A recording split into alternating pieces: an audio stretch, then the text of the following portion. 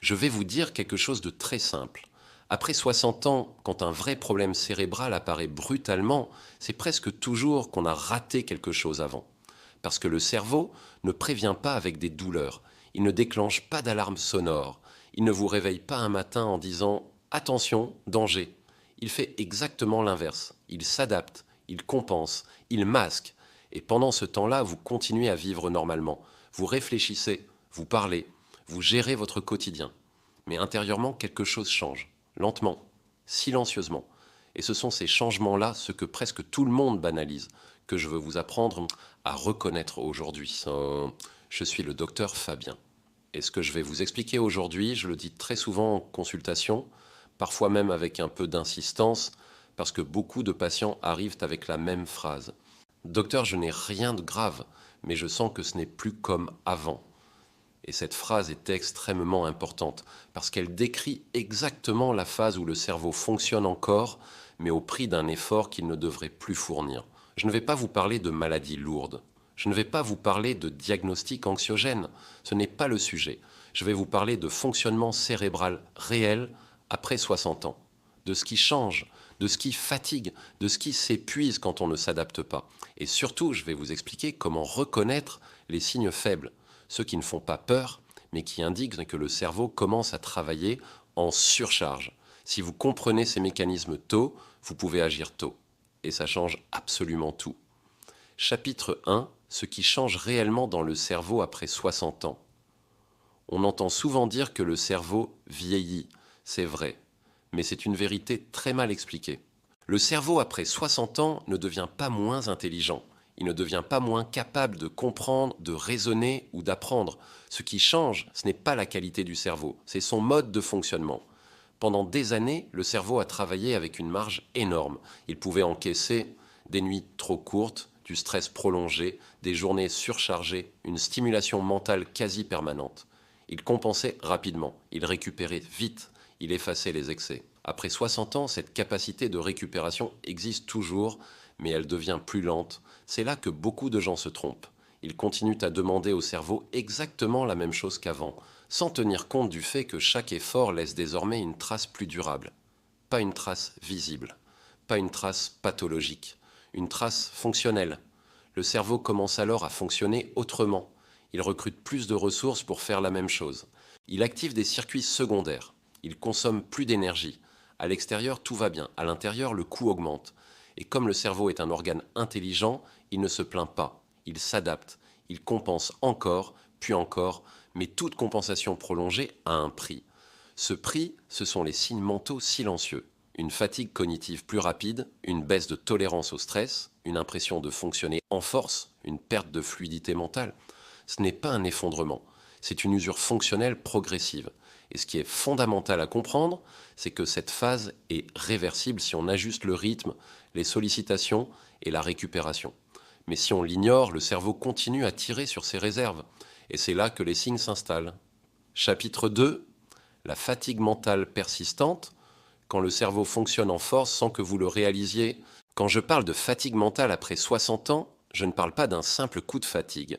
Je parle de quelque chose de beaucoup plus subtil et surtout beaucoup plus trompeur.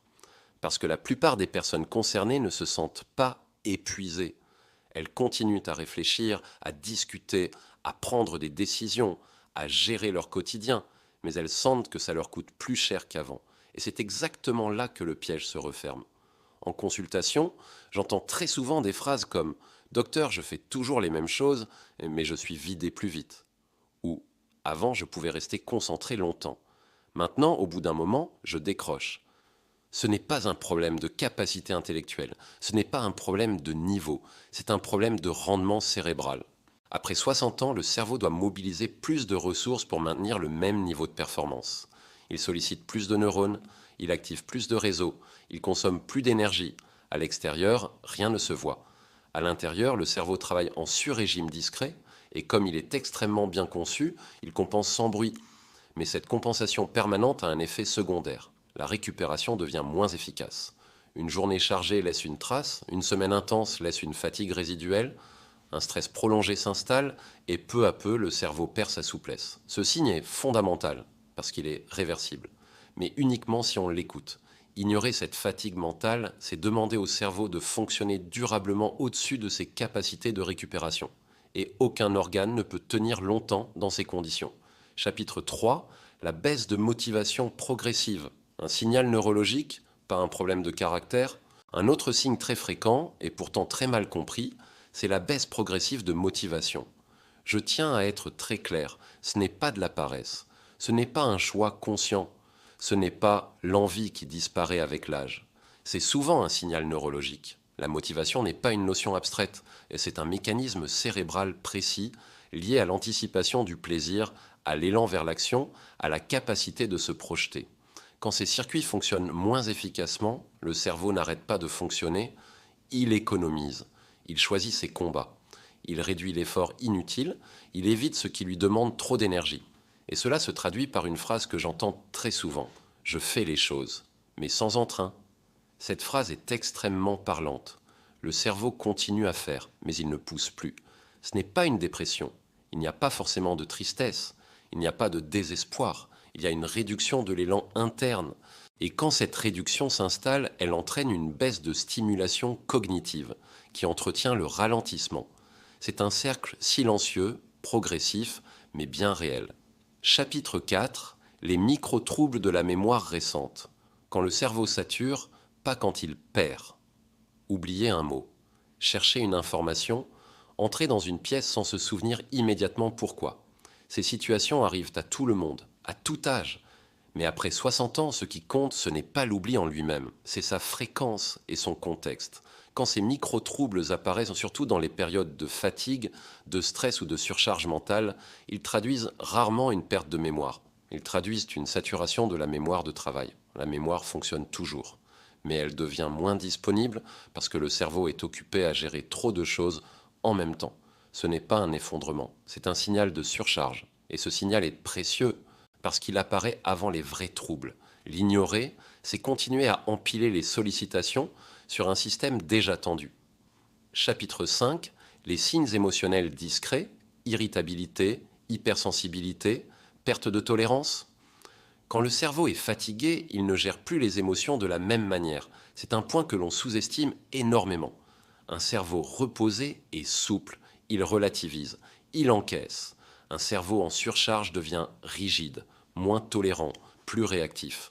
Après 60 ans, beaucoup de personnes remarquent une irritabilité plus rapide, une impatience inhabituelle, une sensibilité accrue aux contrariétés, une baisse de tolérance au bruit, au stress, aux imprévus, et elles se disent « je deviens grincheux ». Non, le cerveau est sous tension. Ces signes émotionnels sont souvent les conséquences directes d'un cerveau qui fonctionne trop longtemps sans vraie récupération. Ce ne sont pas des défauts de caractère, ce sont des signaux physiologiques. Chapitre 6. Le sommeil fragmenté. Le facteur qui aggrave tout sans qu'on fasse le lien. Le sommeil est le pilier central de la santé cérébrale après 60 ans. Et pourtant, c'est souvent lui qui se dégrade en premier. Réveil nocturne, sommeil léger, difficulté à se rendormir, fatigue au réveil. Le problème n'est pas seulement la durée du sommeil, c'est sa qualité réparatrice. Pendant le sommeil profond, le cerveau se nettoie, se réorganise, récupère. Quand ce sommeil est fragmenté, la fatigue mentale s'accumule. Et cette fatigue aggrave tous les autres signes, la mémoire, la motivation, les émotions. C'est un accélérateur silencieux. Chapitre 7. Les erreurs du quotidien qui entretiennent ces signes sans que vous le sachiez. Très souvent, ce ne sont pas les maladies qui posent problème, mais les habitudes. Trop d'informations, pas assez de pauses, un stress banalisé, des journées pleines sans récupération réelle. Le cerveau, après 60 ans, a besoin de rythme, pas de surcharge. Quand on l'expose en permanence à l'excès, il compense jusqu'à l'épuisement. Chapitre 8. Comment stopper cette évolution silencieuse et protéger votre cerveau dès maintenant? La bonne nouvelle, c'est que rien de ce que je viens de décrire n'est une fatalité. Le cerveau reste plastique. Il peut se renforcer, il peut retrouver de la fluidité, mais à une condition qu'on l'écoute. Adapter son rythme, respecter la récupération, alléger la charge mentale, protéger le sommeil, stimuler sans surstimuler. C'est ainsi que l'on préserve la clarté mentale sur le long terme. Conclusion, je suis le docteur Fabien et si vous avez reconnu certains de ces signes chez vous, ne les minimisez pas. Il ne signifie pas que quelque chose est cassé, il signifie que votre cerveau vous parle. Si cette vidéo vous a aidé à mieux comprendre ce qui se passe, abonnez-vous à la chaîne, laissez un commentaire pour me dire quel signe vous parle le plus, partagez cette vidéo à quelqu'un qui pourrait en avoir besoin. C'est en agissant tôt que l'on protège durablement son cerveau. Il active des circuits secondaires. Il consomme plus d'énergie. À l'extérieur, tout va bien. À l'intérieur, le coût augmente. Et comme le cerveau est un organe intelligent, il ne se plaint pas. Il s'adapte. Il compense encore, puis encore. Mais toute compensation prolongée a un prix. Ce prix, ce sont les signes mentaux silencieux. Une fatigue cognitive plus rapide, une baisse de tolérance au stress, une impression de fonctionner en force, une perte de fluidité mentale. Ce n'est pas un effondrement, c'est une usure fonctionnelle progressive.